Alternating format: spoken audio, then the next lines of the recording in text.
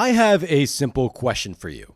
Do you like gargantuan mechs with comically oversized guns jutting out of random body parts, absolutely tearing into each other in a sheer cacophony of colossus mayhem and destruction? The answer is yes. Of course you do. You're human and we are wired for this. I think, therefore I mech. That's how it goes, right? Now, odds are you've bumped into this genre before. Maybe through the Golden Boy Gundam or the emotional gut punch of Evangelion. Or maybe you're a late bloomer with Pacific Rim. But there's always been one series that seemed like a bit of an outlier. And that, my friends, is Zoids. And Zoids is absolutely insane. It's been so many things over the years. Anime, model lines, lore that feels like it was written by historians on a combination of speed and acid, including ancient primordial horseshoe crabzoids. Oh, and let's not forget the Spider-Man Zoid crossover. So yeah, delving into this series is a lot because a lot of it defies explanation. But in this video, we're going to try to do just that. From the wild lore, to the crushing number of anime adaptations, to the dizzying array of model kits, and finally where everything is at today. So pray for me as we explore whatever happened to Zoids. Hi everyone, my name is Otto and welcome to Exits Examined. In this channel, we'll be exploring series, franchises, and more after their prime time has seemingly come to an end. If that sounds good to you, there is a like and subscribe button below, and I want to give a huge shout out to my patrons who keep this channel running. Thank you. So, what is Zoids? Well, Zoids is many things. An anime, a toy line, a video game franchise, and also a really strange word. Now, you might be thinking, okay, Zoids is simple, right? It's about giant animal robots with oversized guns, like some type of post-apocalyptic zoo. How complicated could it possibly be? Well, my sweet summer child, I used to be you. I used to have dreams. Then Zoids came into my life and punted me so deep into a lore pit, it might as well be Warhammer. But I'm getting ahead of myself. The Zoid franchise began in the 1980s under the Japanese company Tomy. But let's start at what should be a very simple question. What even is a Zoid?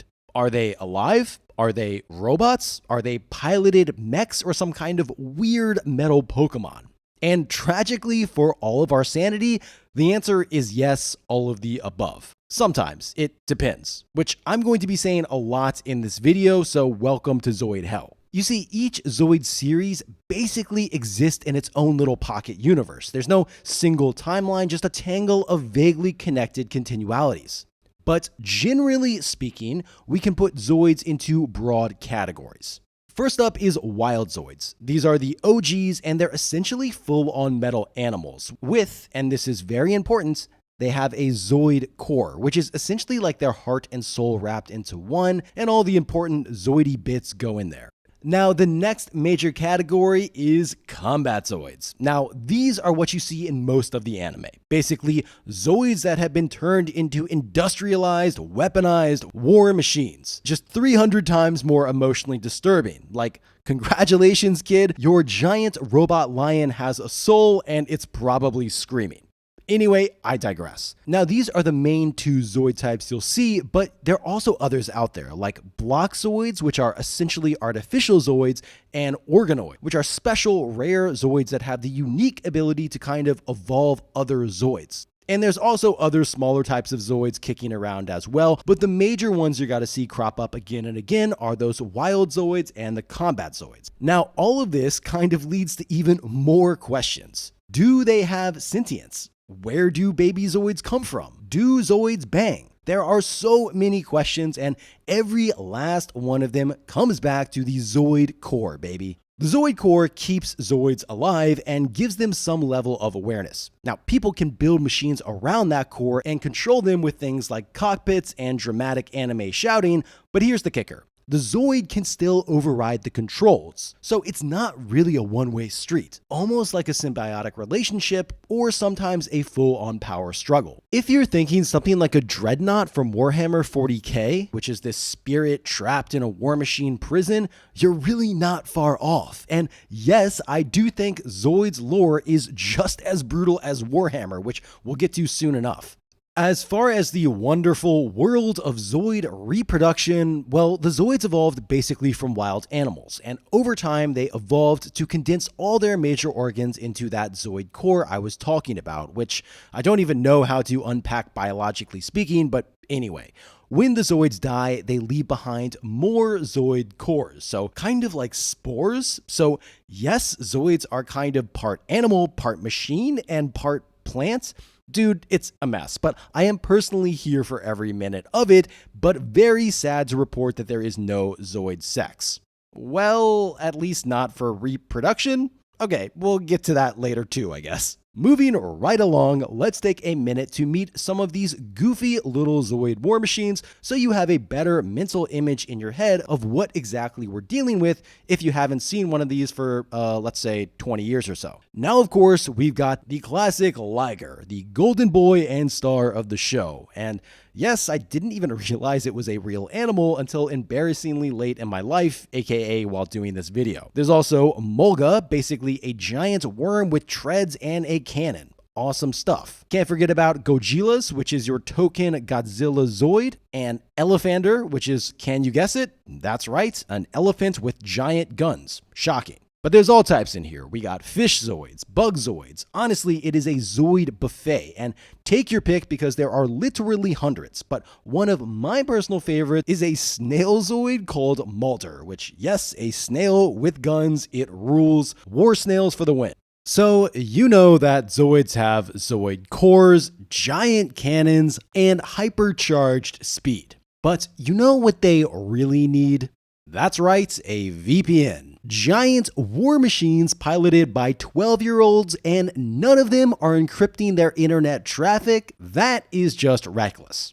Luckily, you don't have to be. Surfshark VPN is hands down one of the best tools you can add to your digital loadout. It encrypts everything you do online, masks your IP address, and keeps your data out of the hands of hackers. I am genuinely happy to be partnering with Surfshark on this video. In this day and age, I don't think I need to convince you why protecting your info online matters. If you're anything like me, your inbox probably used to be a war zone of phishing attempts and scam emails. And for me, Surfshark has been a real game changer for that. So the question is, why Surfshark out of the zillion other VPNs out there? Well, that one's easy. It's affordable and their support is actually good. You get real humans, not chatbot purgatory. Plus, to sweeten the deal, they gave me a great deal for you.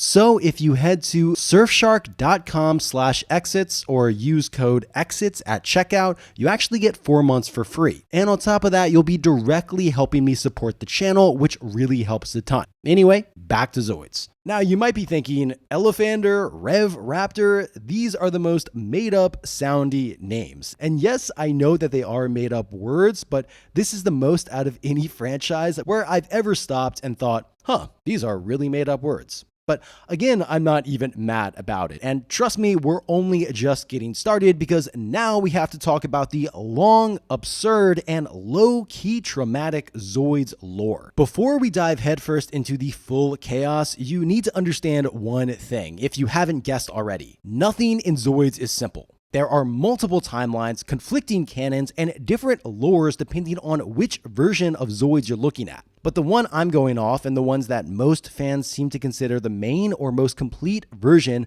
comes from something called the Zoid Battle Story and the Zoids Bible. It's the most coherent, and I do use that term loosely, start to finish history we've got. Now, 85% of you were probably introduced to Zoids via the animes, which again, we'll talk about later. But just so you understand the sheer convolution of this, the animes are generally their own timelines, but sometimes loosely follow / are inspired by events from the battle story. So do you see what I mean when I said I'd be using a lot of qualifiers in this video? All right. All that aside, let's finally begin. All Zoid lore starts on a distant planet called Z. And that's Z-I, not Z, because everything in Zoids has to be extra, I guess, including the spelling. Anyway, planet Z is on the opposite side of the galactic center of Earth. But despite that, it has a history eerily similar to that of our Earth. Natural evolution, extinction events, ancient creatures, except instead of evolving from basic bacteria,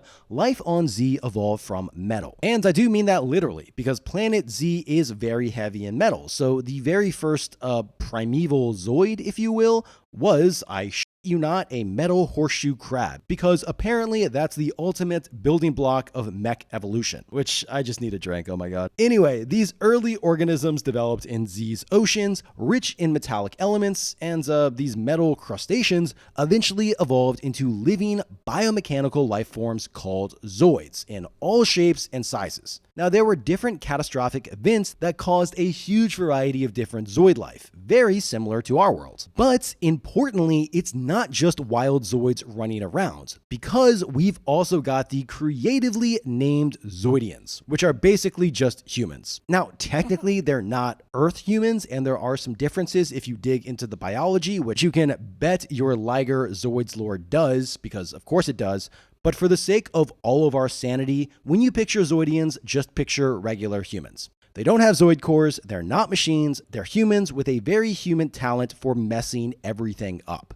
So yeah, those Zoidians looked at these wild biomechanical death lizards running around and thought, this is cool, but what would be even cooler is if we ride them into battle. So in those early days, this was all very Bronze Age coded. The Zoidians domesticated Zoids the way early humans domesticated horses or oxen. They used them for hunting, transportation, farming, and of course, war, because these guys might be from another galaxy, but you can bet they still love stabbing each other over land and power. And this was important because Zoidians organized themselves into tribes. Sand tribe, wind tribe, fire tribe, and so on. Very Avatar-esque, right? Anyway, each one developed alongside the native Zoids in their environments, which is actually kind of cool world building, with my personal favorite being the insect tribe. Now, these derpy little guys wore armor made from Zoid beetles and used their husks as shields and spears, and basically lived in aesthetic bug punk, which is bug punk a thing? Did I just coin that? Naturally, all of these tribes eventually started killing each other because that's just what ancient tribal societies do in fantasy settings. And there's actually a ton of lore in here, detailing the endless tribal wars, surprise attacks from a mysterious place called the Dark Continent, but to make a very long and extremely convoluted story short, all the tribes eventually got unified under one guy, King Helek.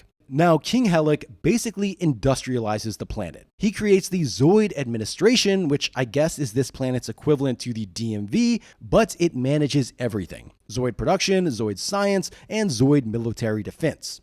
Now, during this time period, there's some other stuff going on, like a secret Dino-Zoid valley with an isolated faction called the God Tribe, which I'm telling you, Zoid lore is wild, but for the sake of everyone, let's just move things forward. Because the big important catalyst that propelled the rest of the world forward and defined it would be when King Helek dies, and that's when things start to crack. His eldest son, Helek II, doesn't want to be king in the traditional sense. He wants to modernize things, so he sets up a presidency and hands off military command to his brother, Zenobus. And while this sounds like a noble attempt at decentralizing power, it's also the political equivalent of handing a loaded gun to someone who really wants to pull the trigger. And just a heads up, if you ever get handed the keys to a Zoid empire, don't give up military control to your disenfranchised brother. This is like 101 of running an empire. Unsurprisingly, this quickly bit Helek II in the Zoid backside because Zenobus wasn't exactly built for peacetime, and as peace dragged on, so did his frustration. He eventually launched an unauthorized plan to invade another continent with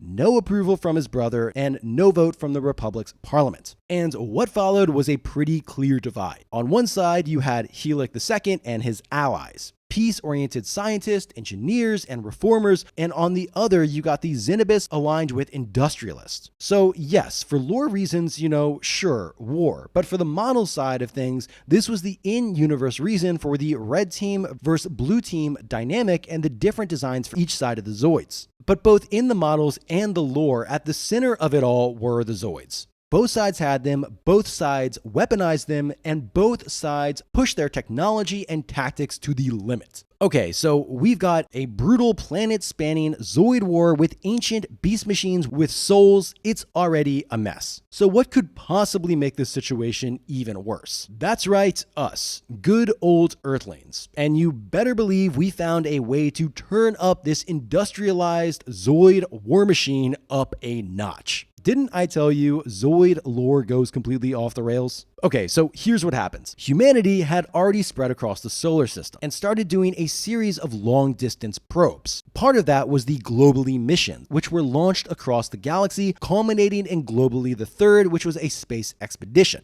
Now, when it finally arrived at Planet Z, humans did what we do best and pick a side in someone else's war. Now, the Earth scientists looked at these mecha dinosaurs and thought, yeah, I can fix this. And so we offered our advanced electronics to give the Republic an edge. And the results? Well, the conflict escalated to horrifying new levels almost immediately. You see, humans quickly learned that traditional Earth weapons like tanks and jets were useless on Planet Z. The atmosphere, gravity, and terrain gave Zoids a huge advantage. So instead of reinventing the wheel, we just upgraded the Zoids themselves.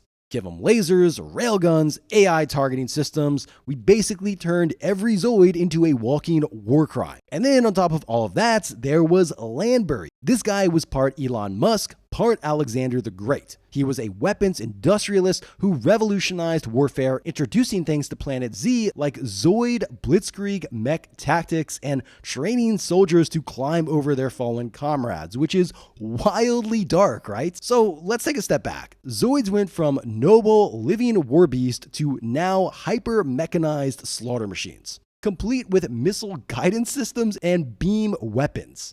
And you can bet that Zoids were being torn to shreds mid-battle. As one in-universe military officer grimly wrote in his diary, quote, "There no longer remains any margin for bravery, pride, honor, or even human judgment to come into battle. Pilots entrust their lives to the computerized fire control system, and amid the white trails of guided missiles and the rain of beams and lasers brighter than lightning, they can do nothing but wait for the battle to end."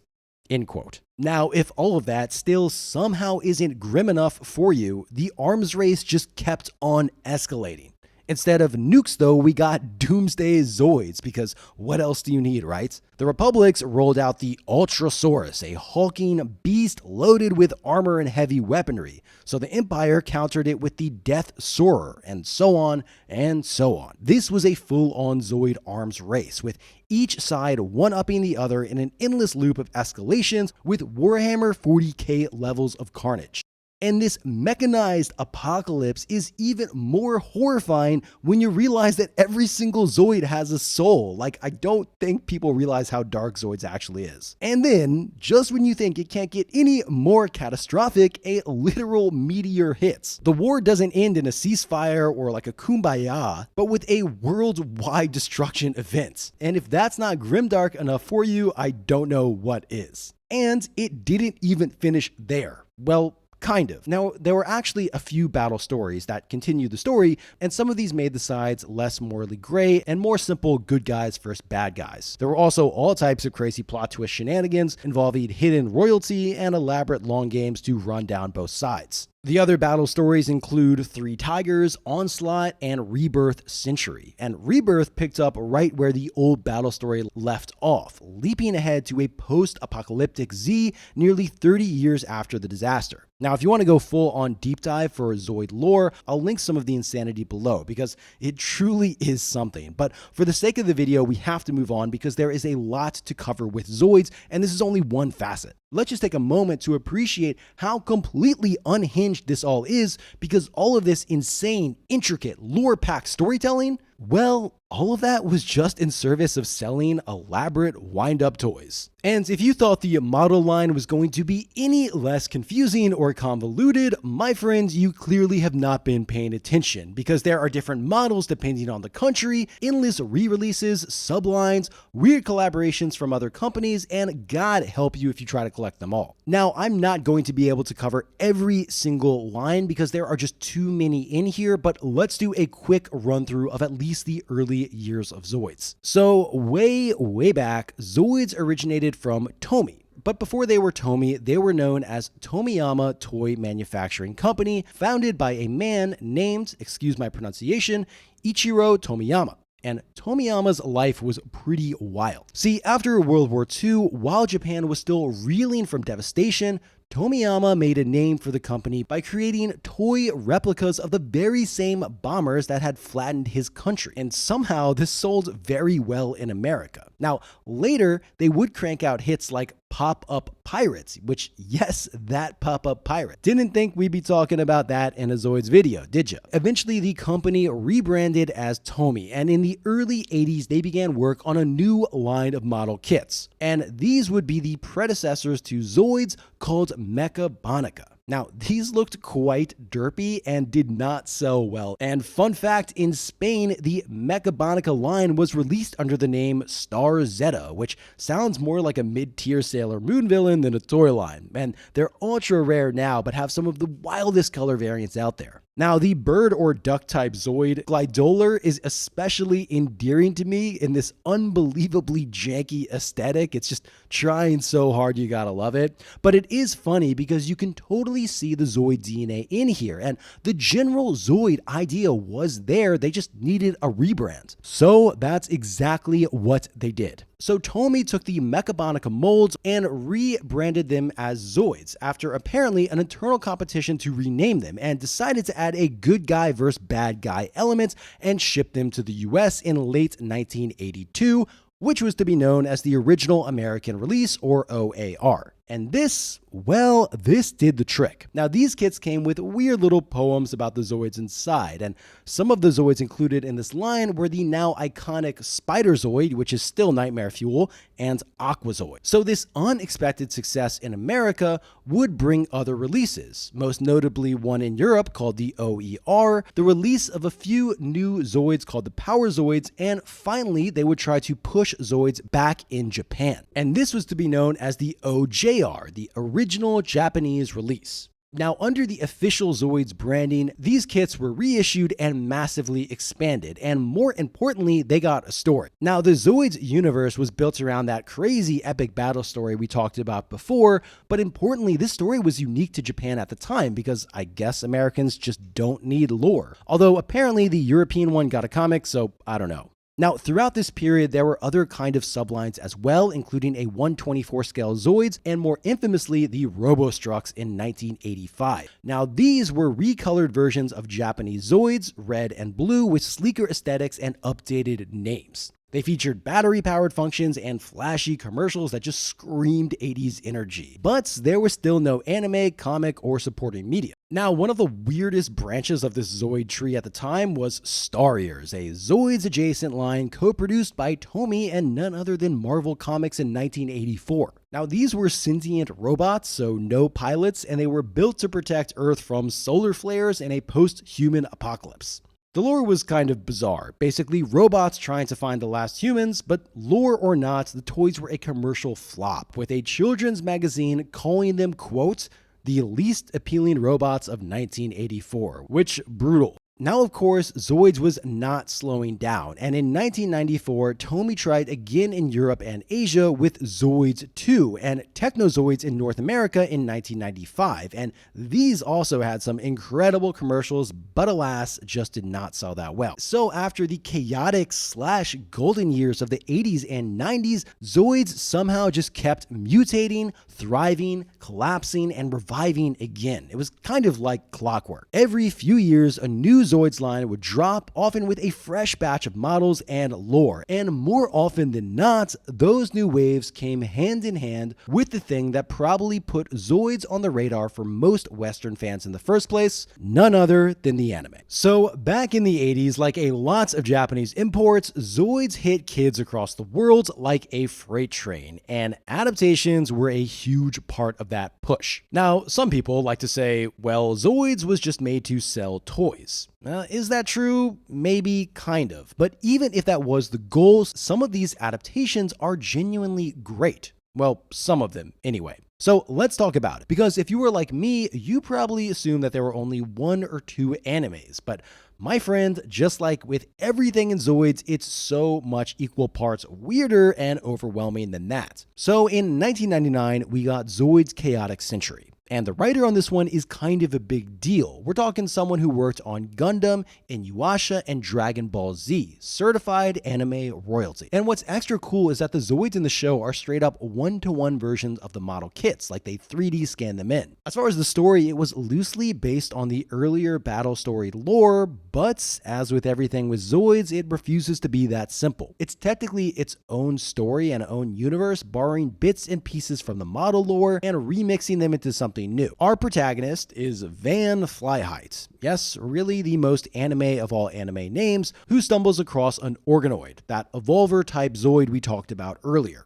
He also teams up with a mysterious girl with amnesia, because of course there's an amnesia girl, and together they are swept up in a gradually escalating conflict between the Republic and the Empire. Now, at first the show feels like a goofy adventure romp, and this is very much an anime that's in the vein of believe in the power of your Zoid friendship, but it's surprisingly solid, classic late 90s anime vibes with war analogies and power-ups and deep lore if you squint. But weirdly, it didn't air in the US initially. In fact, it only came after the next Zoids anime, New Century, became a hit in America. So New Century in 2001 aired in the US, showing up on Where Else But Toonami, aka the gateway drug for a whole generation of anime fans. And this is probably where 90% of Western audiences got introduced to Zoid in the first place. This was a sleeker, shorter series, just 26 episodes, and it pivoted hard into something totally different. So if Chaotic Century was Gundam Wing, then New Century is Gundam G. And if that sentence made any sense to you, you get a gold Liger sticker. So in this universe, Zoid's battles are now a sport, kind of like regulated mech wrestling and robot judges that many people, myself included, have a strange fixation with. I don't know why, they're just so quintessentially robots, and we all love a good robot boy. This one stars MacLeod, another very anime name that they presumably pulled out of the generic anime name bag. But he joins the Blitz team and rises through the ranks of the Zoid Battle Commission League. Alongside him is Lena Toros, who's kind of the team's sassy sniper wolf, and easily one of the most iconic characters in the franchise. But interestingly, instead of a big war, the main threat here is from the Backdraft Group, which is a villainous organization with a name that sounds like a 2001 nu metal band, constantly trying to rig matches and steal Zoids. Big Team Rocket vibes on this one. Now, New Century doesn't reference Chaotic Century directly, but it kind of is implied to take place way later in the timeline. Tonally, it's a total shift. More monster of the week, more flashy fights, more jokes, but it worked. I mean, it really worked. For a lot of people in the US, this was Zoids. And honestly, it was a great intro. Blitz Team, Battle League, MacLeod, it's all peak 2000s anime comfort food. But sadly, the rest of the animes would not follow this trajectory. Now, while New Century might be the most fondly remembered Zoids anime in the US, Zoid Fusers in 2003 is probably not. Fusers introduces the idea that Zoids can literally fuse together. Get it? Fuser, fuse, huh?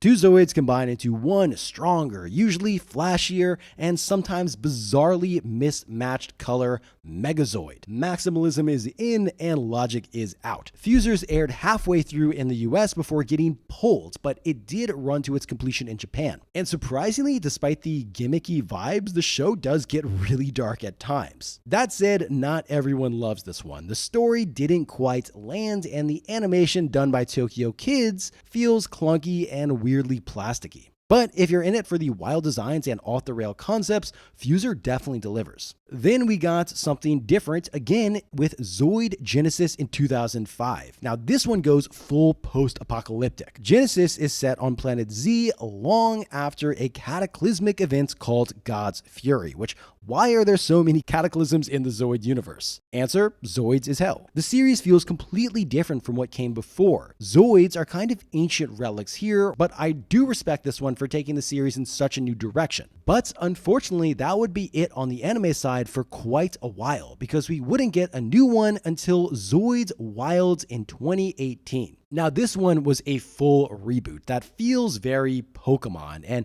a spiritual successor to Chaotic Century. Now, the past few animes were very obviously aimed at younger audiences, which is weird because you'd guess that the fans were growing up and that they might want to cater to that, but this one just doubled down on that, and everything from the story to the animation just felt like it was very obviously catering to really young kids. So in this one, kids literally ride their Zoids, and both the Zoids and the kids' eyes glow together in this weird kind of anime fire glow. But hey, it probably did get some fans from a younger audience, which is always great. Now, confusingly enough, there was another anime called Zoids Wild Zero in 2019, and it's completely unrelated to Zoids Wild. New characters, new story, same toy line. It's technically set in the same world as Wild, but it's not a sequel or continuation. Zoids doing Zoids again. And then to make things even more convoluted, we got Zoids Wild Sinky, which is a web anime set in the Wild Zero universe, but again, not directly connected. So speaking of the anime, let's talk about the boatload of Zoids manga and print material out there. And you can bet your finest Zoids that there is a lot, like shockingly a lot. And I'm not just talking about adaptations of the shows or the battle stories, though of course there are those in there too. Now we've got the manga versions of the animes as you'd expect, but there are also entirely original ones that go completely off the rails, like Suicide Attack Zoid's Boy Corpse, which I haven't been able to find an English translation, but come on, the title alone is already a fever dream. We also got Commander Turu, where in a very meta move, the protagonist plays the Zoids battle card game, which, by the way, there is a real card game, and that is its own entire thing, with multiple different versions. On top of this, there are books of all shapes and sizes. Sticker books, art books, strategy guides, random serialized stories, and my favorite, probably the read-along book, which by the way, has absolute banger 80s music. Seriously, look it up on YouTube, it slaps. But probably the most infamous entry, at least for Western audiences, is of course the Spider-Man and Zoids comic, which, yes, this was real. At some point, someone looked at a pile of robotic dinosaur kits and said, you know what this needs? Spider-Man. Okay, but it's actually not quite that unhinged. Sadly, Spidey doesn't ride a Liger into battles. Instead, it was just a weekly comic that paired reprints of Spider-Man stories with original Zoid's tales. Does it make sense? No. But is it still amazing? Yes. So we've got model kits, we've got multiple anime, and we got a slew of printed goods. Surely that is enough Zoids for one lifetime, right? Wrong, so very wrong. Because Zoids also has a frankly absurd number of video games, like over 40 across nearly every platform. I'm not exaggerating when I say that this might be the most games I've ever seen tied to any franchise I've covered on this channel. Now, this all starts all the way back in 1985 on the Commodore 64 called Zoids: The Battle Begins. But the most well-known Zoids game for English-speaking fans is probably Zoids Saga 2 for the Game Boy Advance. It's a chaotic little time paradox crossover that brings together anime characters like Van and MacLeod. Now, there were actually 3 of these games in total, followed by Zoids Saga DS, which acted as a soft reboot. The DS entry basically condenses the events of the first 3 games into one streamlined timeline. But we're not nearly done with the games, because we also got strategy titles like Zoids Assault on Xbox 360, Zoids Verse 2 on GameCube, which was great, arcade cabinets, and even mobile titles. And it doesn't even stop in the 2000s either. The Nintendo Switch has had several recent entries, most notably Zoids Wild Infinity Blast, which loosely follows the Wild anime and lets you fully customize and color your Zoids in battle. Honestly, if you're into building mechs, some of these newer games are surprisingly well done. So that brings us to the present. Where is Zoids now? Well, there hasn't been a big anime push in a while, and the franchise has definitely cooled off a bit since the glory days of the early 2000s. Like I said earlier, the most recent shows still skew really young, which feels like a bit of a misfire. Like, why does Tomy keep aiming Zoids at 7 to 12-year-olds when most of the fan base, especially in the West, are now adult nerds who grew up with this stuff? That all being said, Zoids isn't dead. Not even close. The model kits are still growing strong, and and new kits are still dropping regularly. And in fact, in 2023, Zoid celebrated its 40th anniversary, which is wild. There was even a big anniversary expo in Tokyo, and yes, it even had crossover merch with Monster Hunter, because why not? There's also still a bunch of active lines, like the HMM line from Kotobukiya, which has been running for nearly 20 years now. And in case you thought things couldn't get any weirder, don't worry, they did. In 2024, Kotobukiya announced a new spin-off line called Metamere Verse, which reimagines iconic Zoids as anime girls. So yes, Blade Liger is now an anime girl, which actually, on second thought, this does seem like the logical outcome for this franchise. But anyway, the reason that this franchise is still alive and kicking after 4 decades is, of course, the fandom. There is a passionate, deeply loyal corner of the internet keeping Zoids alive, and it feels like stepping into 2005 in the best possible way. Pure, unfiltered Zoidness. Now, there are some incredible fan sites out there that were absolutely invaluable while making this video, especially when it came to breaking down the model lines and translating the old battle stories. So special shout out to sites like the Iron Bible and Zoid US. And if you're looking for model resources, Galactic Zoids is a great place to start. On top of this, of course, there is a thriving Reddit community that feels genuinely wholesome. Just fans proudly showing off their model kits and helping each other out. It's kind of like a little online haven you want to wrap in a blanket and protect from the outside world. Of course, there's also some great YouTube content out there too, from the likes of Space Hamster ZH, who does reviews of different Zoid kits, to none other than the Zoids guy, who's covering the franchise with the kind of depth and dedication it absolutely deserves.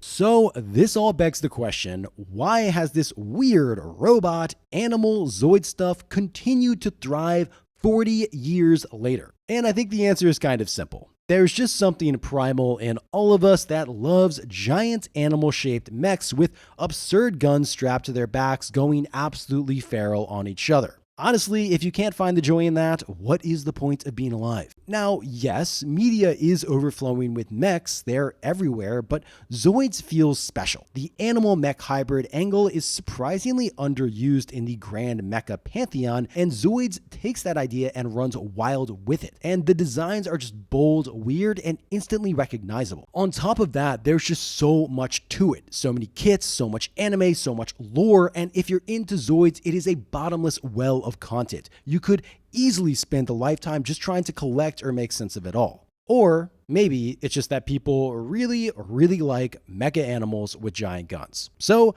whether you ride for the Empire or the Republic, stay safe and watch your Zoid course out there, my fellow Zoidians. I want to give a huge special shout out to the Zoids guy, who has a great Zoids channel and helped me tremendously with fact checking. I also want to give another shout out to Zevin again for helping me fact check. I also want to give an enormous shout out to Seth at Zoid US and zoidscult.us, which are both incredible Zoid resources and a gathering hub of the enthusiast. Zoidscult.us is a Discord, which I'll link below. Also, I want to give one more special shout out to Falcrius for huge helping with fact checking and just bouncing ideas off of. No shout out is ever complete on this channel without mentioning my Zoid Core, aka my patrons. If you want to find out more ways to support me and join the Patreon where you can get access to the channel's Discord and other stuff, I'll link it below. As always, if you ever have any suggestions about what you want me to cover next, please drop a comment. In fact, I covered Zoids because someone requested it. Anyway, thanks so much. I hope you have a great day, and I'll see you next time. Bye.